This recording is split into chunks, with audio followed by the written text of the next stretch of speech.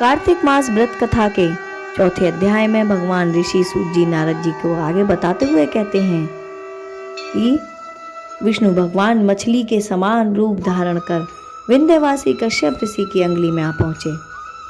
अंजलि में भी ना समा पाने के कारण कश्यप ऋषि ने दया करके उन्हें अपने कमंडली में रख लिया। जब वह उनके कमंडल में ना समा सकी तब उन्होंने उसे कुएं में डाल दिया, और जब उसमें भी मछली का आकार इतना बड़ा हो गया कि वह कुएं में भी न समा सकी तो उन्होंने उस मछली को तालाब में डाल दिया। जब उन्होंने देखा कि यह तो और बड़ी हो गई है, तालाब भी इसके लिए छोटा पड़ रहा है, तो उन्होंने उस मछली को समुद्र में डाल दिया। वहाँ भी वह बढ़ने लगी, उसका आकार बढ़ता ही जा रहा था। इसके उपरांत उस नारायण रूपी मत्स्य ने शंखासुर को मार डाला। तत्पश्चात उस शंख को हाथ में लेकर बद्रिकारण्य में आ पहुंचे। वहां विष्णु भगवान बद्री नारायण में सब मुनियों को बुलाकर आज्ञा दी और कहा, पानी में इधर उधर फैले हुए वेदों को ढूंढो। शीघ्र ही आप लोग रहस्य युक्त वेदों को जल से निकालकर मेरे पास ले आओ। इतने काल तक मैं देवताओं के साथ प्रयाग में ठहरा हूँ। जब तक ऋषि मुनि वेदों को ढूंढ रहे थे तब भगवान विष्णु ने प्रयागराज में विश्राम किया। राजा पृथु से नारद जी ने कहा, उसके पश्चात अपने तपोबल से समस्त ऋषियों ने यज्ञ बीजों के सहित सब वेद मंत्रों को ढूंढ निकाला। उन वेदों में से जो भाग जिस जिस मुनि को मिला वह भाग उस मुनि का हो गया।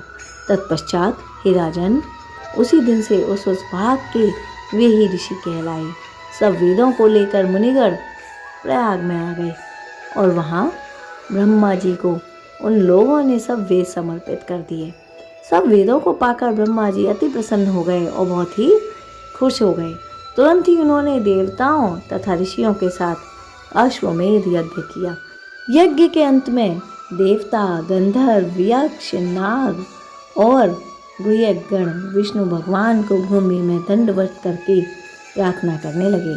देवता गणों ने कहा, हे देवादिदेव, हे जगन्नाथ, हे प्रभु, हम लोगों की प्रार्थना सुनिए।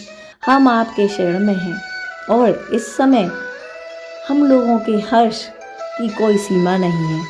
इसलिए आप हमें वरदान दीजिए कि इस स्थान में नष्ट हुए वेद पुनः ब्रह्मा जी को मिले हैं। हे लक्ष्मीपति, आपकी ही कृपा से, आपकी ही अनुकंपा से हम लोगों को यज्ञ का भाग भी यहाँ पर मिला है। अतः यह स्थान आपके प्रसाद से आज से पृथ्वी भर में सर्व प्रधान पुण्य को बढ़ाने वाला और मुक्ति भुक्ति देने वाला हो, ऐसा आप आशीर्वाद प्रदान करें। इस प्रकार सभी ने भगवान से प्रार्थना की। ब्रह्म हत्यादिक महान पापों का नाश करने वाला आज का यह समय भी परम पवित्र और अक्षय फलदाता हो, ऐसा वरदान हम लोगों को दीजिए। श्री विष्णु भगवान ने कहा, आप लोगों ने जो कुछ कहा है वही हमारा भी ध्येय है और यही हमारा उद्देश्य भी है। जैसा आप लोगों ने मुझसे कहा है वैसा ही यह ब्रह्म क्षेत्र जगत प्रसिद्ध होगा। सूर्य वंश में उत्पन्न राजा भागीरथ गंगा जी को यहाँ पर लेकर आएंगे और गंगा जी का सूर्य पुत्री यमुना जी के साथ यहाँ पर संगम होगा। आप लोगों तथा समस्त ब्रह्मादिक देवताओं के साथ मैं भी यहीं पर रहूँगा। यह स्थल तीर्थराज के नाम से प्रसिद्ध होगा। सारे तीर्थों में ये तीर्थों का राजा होगा। यज्ञ, दान, व्रत, हवन, जप और पूजादिक पुण्य कृत्य यहाँ पर सदा अनंत फल देने वाले होंगे और मोक्ष प्रदान करेंगे। 7 जन्मों के लिए भी हुए ब्रह्मादि आदि महापापों का भी इस तीर्थराज के दर्शन मात्र से उसी समय सारे पाप नष्ट हो जाएंगे। जो बुद्धिमान मनुष्य मेरे सानिध्य में मेरे पास तीर्थराज में शरीर त्याग करेंगे वे मेरे ही शरीर में मिल जाएंगे। अतः उनका पुनर्जन्म नहीं होगा, उन्हें मोक्ष की प्राप्ति हो जाएगी। जो भी मनुष्य यहाँ अपने पितरों के उद्देश्य से श्राद्ध करेंगे उनके पितर साक्षात मेरे समान रूप वाले हो जाएंगे।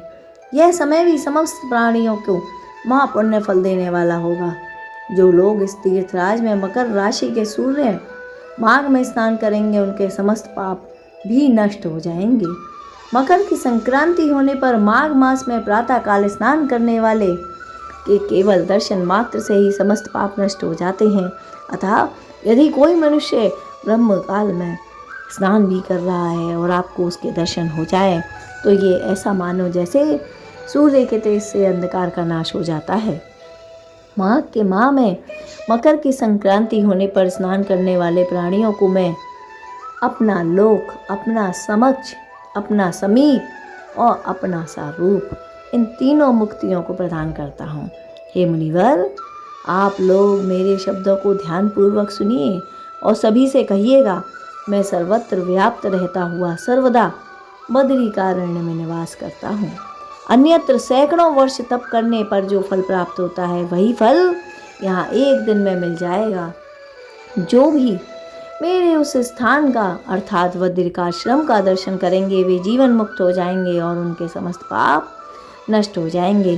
श्री सूत जी बोले, इस तरह भगवान विष्णु उन सभी देवताओं से कहकर ब्रह्मा जी के साथ अंतर ध्यान हो गए और इंद्रादि देवतागण भी अपने अंशों को वहीं छोड़कर अंतर ध्यान हो गए।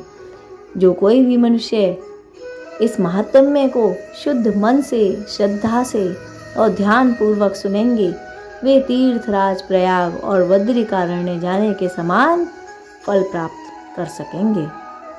इस प्रकार भगवान विष्णु ने प्रयागराज तीर्थ की महिमा का वर्णन अपने महात्म्य चतुर्थ में किया है। इस प्रकार से कार्तिक मास का चतुर्थ अध्याय संपूर्ण होता है। बोलो विष्णु भगवान की जय। ओम नमो भगवते वासुदेवाय। राधे कृष्णा। आपका दिन शुभ हो। कार्तिक मास की आपको हार्दिक शुभकामनाएं। भगवान विष्णु आपके सारे मनोरथ सफल करें। और हाँ, भगवान विष्णु के साथ माता लक्ष्मी और माता तुलसी की पूजा करना ना भूलिएगा। पीपल देवता का पूजन का भी इसमें विशेष महत्व माना जाता है। सुबह पीपल को जल अवश्य दें और तुलसी में घी का दीपदान अवश्य करें। राधे कृष्णा।